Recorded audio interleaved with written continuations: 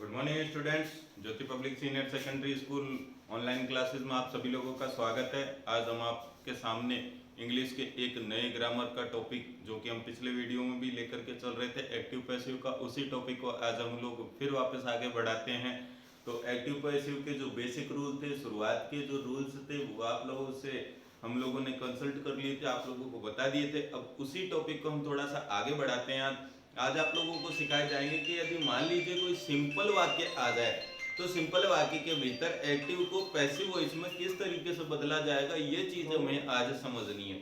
तो इसके लिए आप लोगों को जो बेसिक रूल है वो पता होना चाहिए। जिन स्टूडेंट्स ने क्लास नहीं ले पाए थे किसी कारण से, या जिन्होंने ज्वाइन नहीं कर पाए थे, आज उनके सामने वापस मैं एक बार वो रूल्स आप लोगों को बता रहा हूँ।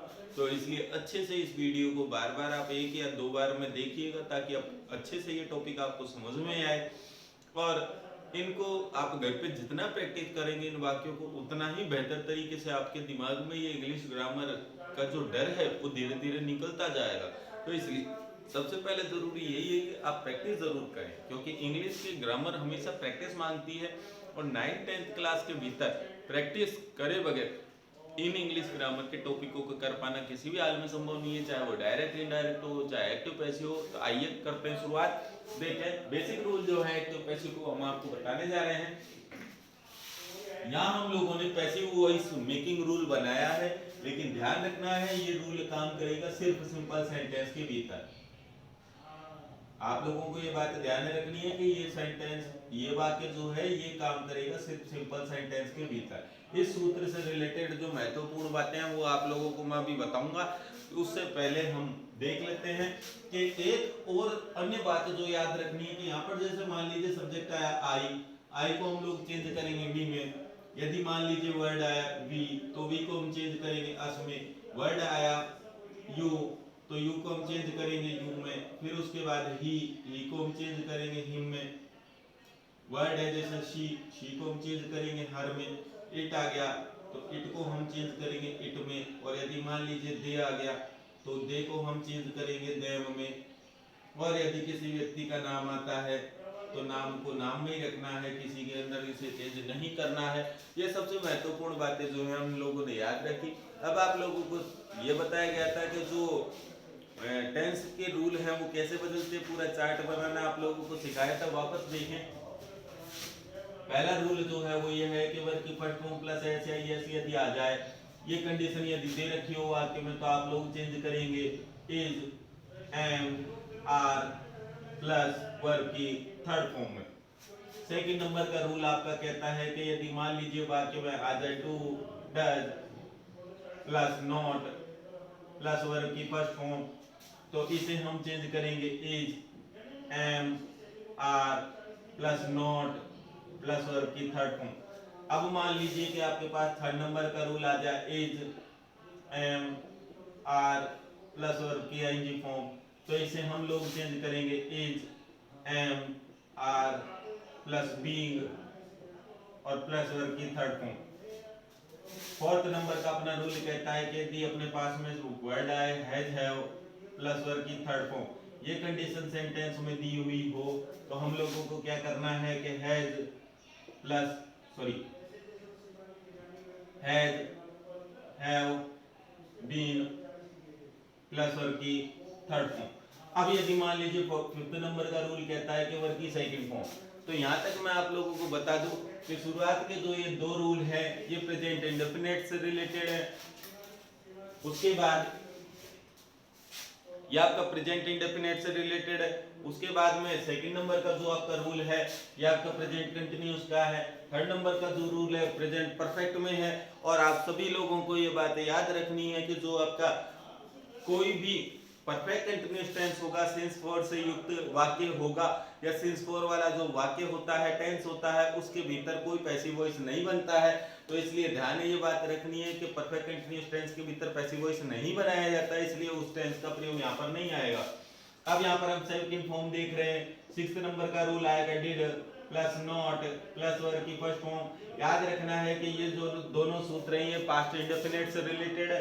एक सिंपल का वाक्य है और एक नेगेटिव का वाक्य, तो इन्हें कैसे चेंज करेंगे, तो क्रिया लगेगी वाज, वर, प्लस वर्ब की थर्ड फॉर्म, और नीचे वाले सूत्र के हिसाब से वाज वर्ब प्लस वर्ब की was verb plus not plus verb की थर्ड फॉर्म। उसके बाद जो 7th नंबर का रूल होगा वो ये है कि यदि मान लो वाज वर्ब प्लस वर्ब की आईएनजी फॉर्म आ जाए तो इसे हम लोग चेंज करेंगे वाज वर्ब प्लस बीइंग और प्लस वर्ब की थर्ड फॉर्म। उसके बाद 8th नंबर का रूल कहता है कि यदि ये स्थिति आ जाए हेड प्लस थर्ड की तो इसे चेंज करेंगे हम had plus been plus verb की थर्ड फॉर्म। उसके बाद फिर वापस आप जानते हैं पास्ट परफेक्ट कंटीन्यूअस का सूत्र आता है, पास्ट परफेक्ट कंटीन्यूअस के भीतर भी पैसिव वॉइस नहीं बनाया जाएगा, तो इस सूत्र को भी हम छोड़ते हैं। नेक्स्ट फ्यूचर टेंस पे चलते हैं, तो अपने पास आएगा सिंपल का वाक्य और फ्यूचर इंडेफिनिट में विल शैल प्लस वर्ब की फर्स्ट फॉर्म, इसे हम लोग चेंज करेंगे शैल या विल, साथ में जोड़ेंगे हम बी प्लस वर्ब की थर्ड फॉर्म। उसके बाद 10th नंबर का रूल कहता है कि शैल या will plus have plus verb की थर्ड फॉर्म। उसके बाद यहाँ इसको चेंज करेंगे शैल या will plus have plus been plus verb की थर्ड फॉर्म।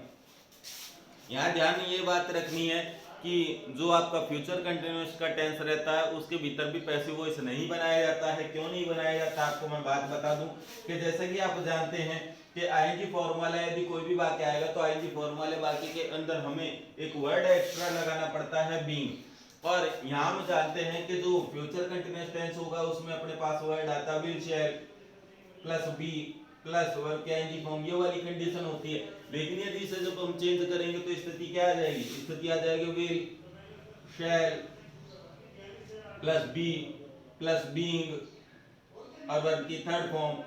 अब आप लोगों को ये पता होना चाहिए कि बी जो है ये भी वर्ब की फर्स्ट फॉर्म होती है, इसकी कई बार रूप बदल जाते हैं, फर्स्ट में इसका रूप चेंज हो जाता है और इजमार बन जाता है। सेकंड फॉर्म जो है वो वाज वर्ब के रूप में कन्वर्ट होती है और थर्ड जो है वो बीइंग बनता है, फोर्थ फॉर्म बनती है बीइंग।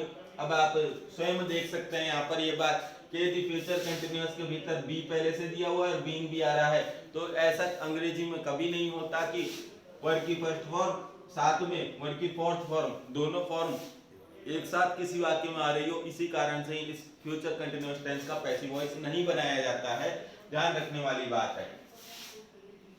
तो जितने भी टेंस से रिलेटेड रूल थे वो सभी आपको इस पूरे चार्ट के भीतर बता दिए गए हैं। अब आप लोगों को अच्छे से ये चीज समझनी है कि पैसिव वॉइस का जो टॉपिक है उसको कैसे वाक्य बनाते हैं। इसके अलावा जो एक्स्ट्रा रूल्स हैं 11वें नंबर का कि मॉडल्स, अब मॉडल्स में जैसे हो गए can, may, could, good, must, might, ought to, used to आदि मान लीजिए सभी मॉडल हैं, इन सभी के साथ वर्ब की फर्स्ट फॉर्म काम में आती है। तो हमको इस सूत्र के अंदर क्या करना है कि जितने भी मॉडल्स है उसका प्रयोग वैसा का वैसा करना है, किसी प्रकार का कोई चेंज नहीं करना और उसके तुरंत बाद में बी का प्रयोग करना है, प्लस वर्ब की थर्ड फॉर्म लगानी है। इसी के साथ जो आपका टेंस से चेंज रूल है यानी कि एक्टिव वॉइस को किस तरीके से टेंसों के हिसाब से पैसिव वॉइस में बदलेंगे वो पूरा चार्ट आप लोगों के सामने नजर आ रहा है। इन्हीं सूत्रों के बेस पर हम पूरा का पूरा पैसिव वॉइस का जो टॉपिक है उसे बदल सकते हैं। आइए हम प्रैक्टिस करके देखते हैं कैसे वाक्य बनाए जाएंगे एक्टिव से पैसिव में। तो देखिए 3 बातें याद रखनी है, फिर वापस दोहरा देता हूँ। एक्टिव पैसिव से रिलेटेड कुछ विशेषताएं होती हैं। पहली विशेषता ये है कि जो आपका वाक्य आएगा एक्टिव कंडीशन में उसमें हमेशा सब्जेक्ट आपको आगे दिखेगा और जो ऑब्जेक्ट होगा वो पीछे नजर आएगा। लेकिन जब आप पैसिव वॉइस का बनाएंगे तो उसके अंदर ऑब्जेक्ट को आप आगे ले आएंगे और सब्जेक्ट जो होगा वो पीछे चला जाएगा। फॉर्म के रूप में हमेशा थर्ड फॉर्म आएगी। लास्ट में जब सब्जेक्ट लगाओगे तो उससे पहले बाई का प्रयोग करना है। ये सभी महत्वपूर्ण बातें हैं। इसके अलावा यदि ये सर्वनाम शब्द आपको दिखाई दे रहे हैं, I, we, you, he, she, it, name, they वगैरह दिख रहे हैं, तो इनको आप ये आगे लिखे हुए वर्डों में चेंज कर सकते हैं, लेकिन ऐसा नहीं है कि यदि मान लीजिए पैसिव वॉइस में या एक्टिव वॉइस के अंदर मी शब्द आ जाए तो इसको आई में चेंज नहीं करेंगे। ध्यान रखना है आई को हम मी में बदलेंगे, और यदि मी आ जाए तो वापस इसको आई में चेंज करना है। तो जरूरत के हिसाब से इन शब्दों को आपस में हम बदलेंगे। आई का मी बन जाएगा, मी का आई बन जाएगा, वी का अस हो जाएगा, अस का वी हो जाएगा। ये हमें बात ध्यान रखने के लिए बहुत जरूरी है। अब देखिए हम, तो पहली चीज हो गई सूत्र को ध्यान रखें, सेकंड नंबर की चीज हो गई कि आपको प्रोनाउन ध्यान रखने, थर्ड नंबर की चीज हो गई कि आपको ये रूल से याद रखने। इसके अलावा सबसे महत्वपूर्ण बात, ये आपके पास 4 वर्ड आपको ब्रैकेट में डाले गए हैं। इस सूत्र के भीतर ये 4 शब्द लगाने के पीछे एक विशेष कारण यही है क्योंकि इससे पैसिव वॉइस बनाने में किसी भी स्टूडेंट को कोई दिक्कत नहीं आएगी। इन 4 वर्ड्स का प्रयोग जो है वो अलग अलग स्थितियों में किया जाएगा। कहां पर कौन सा वर्ड लगेगा ये बात हम बताने जा रहे हैं, अच्छे से याद रखें। वैसे तो इस पूरे चार्ट में ये चीजें क्लियर कर दी गई है, लेकिन फिर भी मैं आपको एडिशनल ये जानकारी दे देता हूं, अलग से बता देता हूं। तो देखिए क्या करना है, यहाँ पर एक वर्ड आया बी। ये जो बी वर्ड दिया हुआ है, जितने भी मॉडल आप लोगों के पास आएंगे, जैसा कि आपको ब्रैकेट में लिख दिए गए, ये जितने भी मॉडल आएंगे सभी के साथ में आप लोगों को बी का प्रयोग करना है। दूसरी बात, यहाँ पर वर्ड दे रखा है आपके पास में बीन, तो बीन का प्रयोग आपको सिर्फ 3 हेल्पिंग वर्ब वाले वाक्यों को देखने पर ही लगाना होगा। Has, have, had, 3 helping verb वाले वाक्य यदि कभी भी आ जाए, जैसा कि आपको रूल्स में बताए गए हैं, 4th नंबर का रूल हो गया, आपका 8th नंबर का रूल हो गया, तो इनके अंदर आपको जब भी हैज आ जाए या हैड आ जाए तो ऐसी स्थिति में हमें बीन का प्रयोग करना है। सूत्र के अकॉर्डिंग आप लोगों को सभी को दिखाई दे रहा है। इसके अलावा जो अगला वर्ड है वो है आपका बीइंग, और बीइंग का प्रयोग कब करना है ये बात ध्यान रखना है कि जितने भी आपके वाक्य आएंगे उनमें यदि मान लीजिए वर्ब की आईएनजी फॉर्म का प्रयोग हो रहा हो तो ध्यान रखना है कि आईएनजी फॉर्म आने की वजह से आप लोगों को उस वाक्य के भीतर बीइंग का प्रयोग करना कंपलसरी है। और सबसे लास्ट में जो वर्ड दिया हुआ है नॉट, तो नॉट का प्रयोग हमको सिर्फ तब करना है जब वाक्य में पहले से नेगेटिव कंडीशन आ रही हो। यदि वाक्य पहले से नेगेटिव बन रहा है तो ही नोट लगाना है, वरना अपनी तरफ से कोई नोट का प्रयोग नहीं करना है। वापस से याद दिला देता हूं, अच्छे से फिर दोबारा सुन लीजिएगा कि बी शब्द जो है, बी का प्रयोग करना है मॉडल्स के साथ। सभी मॉडल्स के बारे में ब्रैकेट में बता दिया गया है। इसके अलावा जैसे मान लीजिए कि इसके अलावा जितने भी ये मॉडल्स हैं, इन मॉडल्स के अलावा मान लीजिए कि बीन जो है, बीन का प्रयोग हम कहाँ करेंगे, तो 3 हेल्पिंग वर्ब याद रखनी है, हैज, हैव, हैड, तीनों के साथ में बीन का प्रयोग करना है। बीइंग का प्रयोग कहाँ करेंगे, तो बीइंग का प्रयोग उस जगह किया जाएगा जब वाक्य के भीतर आईएनजी फॉर्म आएगी, और नॉट का प्रयोग उस जगह पर करना है जहां वाक्य पहले से ही नेगेटिव का होगा। तो ये कुछ बातें ध्यान रखने लायक थी। अब हम वाक्य बनाना सीखते हैं। सिंपल वाक्यों को आज हम करेंगे कि सिंपल वाक्य कैसे बनाए जाते हैं। तो आइए देखते हैं कि सबसे पहले सिंपल वाक्य की शुरुआत करते हैं। तो मान लीजिए जैसे कोई वाक्य आ गया कि ही रीड्स ए बुक, मान लीजिए ये वाक्य आ जाता है और कहा जाए कि इसका पैसिव वॉइस आप बनाइए, तो कैसे बनाएंगे, बिल्कुल सिंपल ट्रिक है, बिल्कुल आसान सा तरीका है। तो देखें कैसे। सबसे पहले आप लोगों को करना क्या है, इस स्थिति को पहचानिए। रीड को क्या है, ये रीड है वर्ब की फर्स्ट फॉर्म, प्लस साथ में इसके क्या जुड़ा हुआ है, एस।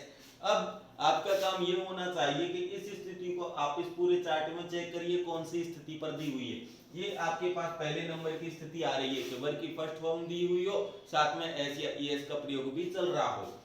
इसके अलावा आपको दिख रहा है ही, तो ही को हम मानेंगे सब्जेक्ट, और जो आपका ए बुक है ये हो गया आपका ऑब्जेक्ट। तो ये 3 चीजें हम लोगों को देखने को मिल रही है। और जो टेंस के हिसाब से अकॉर्डिंग है, यानी कि प्रेजेंट इंडेफिनिट टेंस आया है, तो यहाँ पर वर्ब की फर्स्ट फॉर्म के साथ में एस का प्रयोग है। तो हमें क्या करना है, किस तरीके से वाक्य बदलना है, तो देखें। तो इसका सीधा सा तरीका है, इस सूत्र पर ध्यान दें। इस सूत्र को ध्यान में दिए बगैर आप पैसिव वॉइस कभी नहीं बना पाएंगे। सिंपल तरीके से इस सूत्र को ध्यान में रखते आप वाक्य बनाए। तो देखें, सबसे पहले कहता है कि ऑब्जेक्ट लगाएं। ऑब्जेक्ट आपको दिख रहा है यहाँ पर ए बुक है, तो आप ए बुक का प्रयोग करें। ए बुक लगाने के बाद अब ए बुक क्यों लगाया, जैसा कि हम कह रहे हैं कि यहाँ पर ही आपका सब्जेक्ट हो गया, ए बुक आपका ऑब्जेक्ट हो गया, तो आपके पास में जो वर्ड था ऑब्जेक्ट, उसको आप आगे लाएंगे। तो यहाँ पर ऑब्जेक्ट हमारा था ए बुक, तो ए बुक को हम आगे लेके आए। इसके बाद में बात करते हैं हम हेल्पिंग वर्ब की। सूत्र के पूरे चार्ट पर आ जाइए, वर्ब की फर्स्ट फॉर्म प्लस एस यदि आएगा तो इसको हम इज एम आर के अंदर चेंज करेंगे। तो इज लगाएं या एम लगाएं या आर लगाएं, ये डिपेंड करेगा हमारे ऑब्जेक्ट के ऊपर। ऑब्जेक्ट को हम देख रहे हैं ए लगा हुआ है, इसका मतलब है सिंगुलर नाउन आइए, एक वचन संज्ञा आइए। एक वचन संज्ञा होने की वजह से यहाँ पर हमारे पास जो हेल्पिंग वर्ब आएगी वो आएगी इज की, तो हमने लगा दिया इज। उसके बाद यहाँ पर से आप लोगों को ये चारों शब्द देखने चेक करने हैं, ब्रैकेट में इसीलिए लिए गए हैं, लगाना कंपलसरी नहीं है, वाक्य की स्थिति के हिसाब से लगाएंगे कि यदि जरूरत होगी तो ही लगानी है वरना नहीं लगाएं। या फिर आप इसको यहाँ से भी समझ सकते हैं कि इज एम आर के बाद में सीधे थर्ड फॉर्म लगानी है।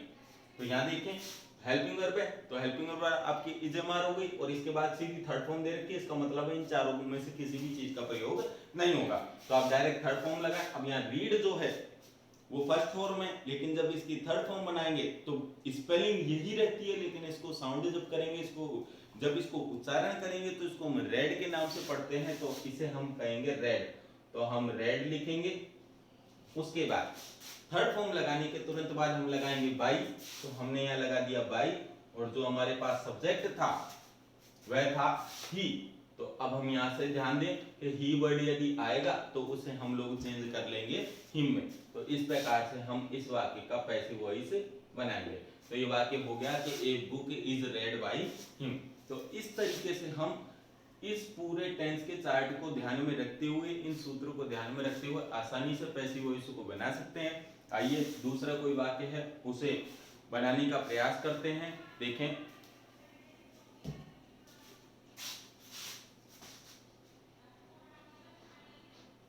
मान लीजिए सेकंड कोई वाक्य आ जाता है, जैसे I do not drink water.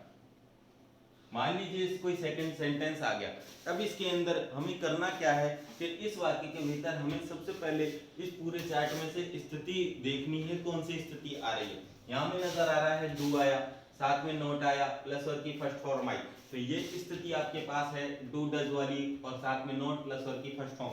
तो इसे हम चेक करेंगे इज एम आर में, साथ में नोट में चेंज करेंगे और वर्ब की थर्ड फॉर्म लगाएंगे। तो देखें आई जो है वो है आपका सब्जेक्ट, डू जो है आपकी हेल्पिंग वर्ब, नॉट आपके पास में नेगेटिव वर्ड है, उसके बाद ड्रिंक दे रखा है वर्ब की फर्स्ट फॉर्म, और साथ में वाटर जो है ये हो गया आपका ऑब्जेक्ट। ये चीजें आप लोगों को देखने को मिल रही है। आप वापस आपको एक्टिव कंडीशन में वाक्य मिलेगा, पैसिव में इसे चेंज करना है, तो पैसिव वाला जो चेंज करने का रूल है उसको ध्यान दें। सबसे पहले हम नियम के अकॉर्डिंग लगाएंगे ऑब्जेक्ट। ऑब्जेक्ट है आपके पास वाटर, तो आप लोग लिख लेंगे वाटर। उसके बाद सूत्र में आपको डू डज आ रहा है, वर्ब की फर्स्ट फॉर्म आ रही है, तो डू डज को हम चेंज करेंगे इज एम आर में। अब इज एम आर लगेगा ऑब्जेक्ट के हिसाब से, ऑब्जेक्ट आपके पास दिया हुआ है वाटर, और वाटर कोई भी खाने पीने की चीज हो, ध्यान रखना है वो एक वचन मानी जाती है, तो इसलिए वाटर जो है वो लिक्विड चीज होने के कारण हमने लगाया इज। उसके बाद हम देख रहे हैं इज एम आर के तुरंत बाद में हम लगाएंगे नोट, तो हमने लगा दिया नोट, प्लस वर्ब की थर्ड फॉर्म का प्रयोग करना है, तो यहाँ हमको दिख रहा है ड्रिंक, और ड्रिंक की जो थर्ड फॉर्म होती है वो होती है ड्रंक, तो हमने लगा दिया ड्रंक। थर्ड फॉर्म लगाने के तुरंत बाद बाई का प्रयोग करना है, तो हमने लगाया बाई, और सब्जेक्ट जो था वो हमारा था आई, तो आई को हम चेंज कर देंगे, और आई को चेंज करके हम बना देंगे मी।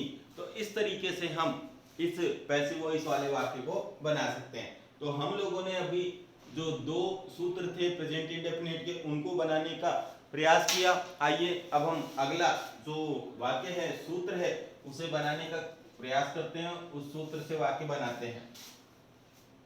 जैसे यू आर प्लेइंग फुटबॉल। मान लीजिए ये वाक्य आपके पास आ गया और आपको कह दिया जाए कि इसका पैसिव वॉइस बनाइए। कैसे बनाएंगे? तो हमने आपको शुरू से यही बताया है कि जो वाक्य आपके पास आ रहा है उस वाक्य के भीतर आप टेंस की स्थिति को जब तक नहीं समझ लेंगे पैसिव वॉइस बना पाना संभव नहीं हो पाएगा। तो इसलिए इज एम आर आ रहा है, बल्कि आईएनजी फॉर्म आ रही है, तो स्थिति अपनी तीसरे नंबर के सूत्र की। तो is am are plus ING form में, तो देखें यू हो गया आपका सब्जेक्ट, इज एम आर हो गई आपकी हेल्पिंग वर्ब, प्लेइंग हो गया आपकी मेन वर्ब, और सबसे लास्ट में फुटबॉल हो गया आपका ऑब्जेक्ट। आपके पास चार चीजें दी हुई हैं, इन चारों चीजों से ही आपको पैसिव वॉइस बनाना है। अब रूल क्या कहता है कि पहले आप ऑब्जेक्ट लगाएं। ऑब्जेक्ट है आपके पास फुटबॉल, तो आप इस फुटबॉल को आगे ले आए। उसके बाद ऑब्जेक्ट को आप आगे ले आए, उसके बाद हेल्पिंग वर्ब लगानी है। अब यहाँ देखना ये सूत्र है 3rd नंबर का, इसको चेंज करेंगे इजेमार में, साथ में जुड़ेगा बीइंग प्लस वर्ब की थर्ड फॉर्म। तो इजेमार में से एक लगाना है, फुटबॉल आपको पता है कि एक क्वेश्चन है तो इसलिए इज, उसके बाद हम लगाएंगे बीइंग वर्ब की थर्ड फॉर्म। अब यहाँ मुख्य क्रिया हो रही है प्ले करने की, प्ले, तो प्ले की हम थर्ड फॉर्म को यूज लेंगे, तो प्ले, और प्ले की थर्ड फॉर्म बन जाएगी प्लेड। थर्ड फॉर्म लगाने के इजेमार लगाया, बीइंग लगा दिया, वर्ब की थर्ड फॉर्म लगा दी। उसके बाद में थर्ड फॉर्म के तुरंत बाद में लगाना है हमें बाई। सब्जेक्ट था आपके पास यू, तो यू को चेंज करना है, तो यहाँ पर यू शब्द का आपका यू ही रहेगा, कोई परिवर्तन नहीं होगा। तो इस प्रकार से हमने देखा 3rd नंबर का जो रूल है उसका सेंटेंस अभी हमने बनाया। आइए 4th नंबर का जो रूल है उसे भी हम बनाने का प्रयास करते हैं। कैसे बनाने हैं देखें, कि जैसे मान लीजिए कि she has eaten my food. मान लीजिए ये सेंटेंस आ गया, इस वाक्य को बनाना है पैसिव वॉइस में। कैसे बनाएं तो देखें, सबसे पहले टेंस की स्थिति पहचानिए, हैजव दे रखा है, साथ में थर्ड फॉर्म आ रही है, तो हैजव के साथ जब थर्ड फॉर्म आएगी तो ये वाला रूल चल रहा है हमारे पास। इस रूल के अकॉर्डिंग पैसिव वॉइस चेंज करना है, तो कैसे करें। शी आपका हो गया सब्जेक्ट, हैज हो गई आपकी हेल्पिंग वर्ब, ईटन हो गया आपका मेन वर्ब, और माई फूड हो गया ऑब्जेक्ट। अब इन चारों के हिसाब से आपको पैसिव वॉइस चेंज करना है। सबसे पहले ऑब्जेक्ट लगाएं, तो माई फूड, हैजव को चेंज करेंगे, तो यहाँ देखना है हैजव प्लस थर्ड फॉर्म वाला जो रूल था तो उसमें हैज है ही लगेगा, लेकिन ध्यान रखना है ऑब्जेक्ट के हिसाब से। अब जो ऑब्जेक्ट में वर्ड आ रहा है फूड, और अभी आपको बताया खाने पीने की किसी भी चीज का नाम क्यों ना आए वो सब एक वचन मानी जाती हैं, तो इसलिए फूड शब्द के साथ में हम लोग लगाएंगे हैज। हैज लगाने के बाद में बीन का प्रयोग करना है, तो हम लगाएंगे बीन, साथ में वर्ब की थर्ड फॉर्म। अब हैजव के साथ पहले से ही थर्ड फॉर्म है तो हम थर्ड फॉर्म का यूज लेंगे, तो थर्ड फॉर्म के बाद हम लगाएंगे बाई। सब्जेक्ट है आपके पास में शी, तो शी को हम चेंज कर लेंगे और शी का बन जाएगा हर। इस प्रकार से आप इस वाक्य को पैसिव वॉइस में बदल सकते हैं। तो वाक्य बना हमारा my food has been eaten by her. तो ये बात हमें समझना है कि सबसे पहले यदि वाक्य में एग्जाम में आपका कोई भी वाक्य आ जाए तो आपको इन सूत्रों में से इन टेंसों की स्थितियों को पहचानना है, उसके बाद पैसिव वॉइस बनाने का प्रयास करना है। यदि बगैर पहचाने आप हेल्पिंग वर्ब लगाएंगे तो आपका वाक्य कभी सही नहीं होगा। और फॉर्म हमें ध्यान रखनी है कि पैसिव वॉइस जब भी बनाएंगे तो थर्ड फॉर्म का ही प्रयोग करना है।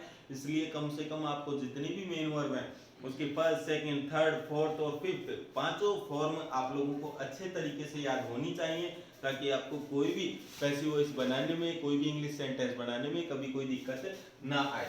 अब इस पूरे चार्ट में से आपके पास चाहे कोई सा भी रूल आ जाए, आप आराम से पैसिव वॉइस बना सकते हैं। आइए एक मॉडल का वाक्य और बताते हैं आपको कि मॉडल से शुरू यदि कोई वाक्य आ जाए तो हम उसे कैसे बनाएंगे। देखें, जैसे I can solve this question. मान लीजिए अब हेल्पिंग वर्ब नहीं आई है, मॉडल आई है, तो मॉडल का प्रयोग हुआ है। अब मॉडल जो है वो भी अपने आप में एक हेल्पिंग वर्ब भी होती है, तो मॉडल का प्रयोग यदि आ गया तो हम इसे कैसे बदलेंगे। देखें, आई आपका हो गया सब्जेक्ट, कैन हो गया आपका मॉडल, उसके बाद सॉल्व हो गई आपकी मेन वर्ब, उसके बाद दिस क्वेश्चन जो तो हो गया ये हो गया आपका ऑब्जेक्ट। कैसे बदलें, सीधा सा तरीका है, वही रूल काम करेगा। सबसे पहले ऑब्जेक्ट लगाएं, ऑब्जेक्ट है आपके पास में दिस क्वेश्चन, मॉडल आपके पास है कैन, तो याद रखना है जो मॉडल आया है वही रखना है, अपनी तरफ से कोई अलग से मॉडल काम में नहीं लेना। तो दिस क्वेश्चन कैन, उसके बाद में मॉडल लगा दिया है, मॉडल के तुरंत बाद हम जोड़ेंगे बी, मेन वर्ब जो दे रखी सॉल्व, सॉल्व की थर्ड फॉर्म सॉल्व, उसके बाद थर्ड फॉर्म के बाद बाई, और सब्जेक्ट है आपके पास आई, तो आई को चेंज कर लेंगे हम मी। तो ये तरीका है, ये पूरा चार्ट है जिसके बेस पर आप पैसिव वॉइस बना सकते हैं। तो अभी हम लोगों ने देखा कि सिंपल वाक्यों को बनाने के लिए बस इस सूत्र को याद रखिए, सूत्र के अलावा इस पूरे टेंसों के चार्ट को ध्यान रखिए। आसानी से आपके पैसिव वॉइस तैयार हो जाते हैं। किसी प्रकार की कोई जो दिक्कत है वो आप लोगों को नहीं आती है, आसानी से आप वाक्य बना पाएंगे, पैसिव वॉइस के टॉपिक को समझ पाएंगे। पिछले जो क्लासों की आपके पास ग्रामर की बुक हैं, उन ग्रामर की बुक्स में से काफी एग्जांपल दिए होते हैं एक्टिव पैसिव वॉइस के, तो आप उन्हें यदि इन रूल्स के हिसाब से हल करने की कोशिश करेंगे तो काफी बेहतर अंक आप अपने एग्जाम में प्राप्त कर सकते हैं। तो आज का जो वीडियो है उसे हम यही समाप्त करते हैं। इस टॉपिक को आज के लिए हम इतना ही रखते हैं। कल हम इस वीडियो को और इस टॉपिक को और आगे बढ़ाएंगे, तो कल इसी एक्टिव पैसिव के टॉपिक के साथ आपके सामने फिर हाजिर होंगे। वीडियो यदि पसंद आए तो ज़्यादा से ज़्यादा लाइक, सब्सक्राइब और शेयर कीजिए। थैंक यू, धन्यवाद। बाकी रिपीट आपको बार बार कर रहा हूँ कि कम से कम 1 या 2 बार आप वीडियो को जरूर देखें ताकि अच्छे से इंग्लिश ग्रामर समझ में आए। थैंक्स।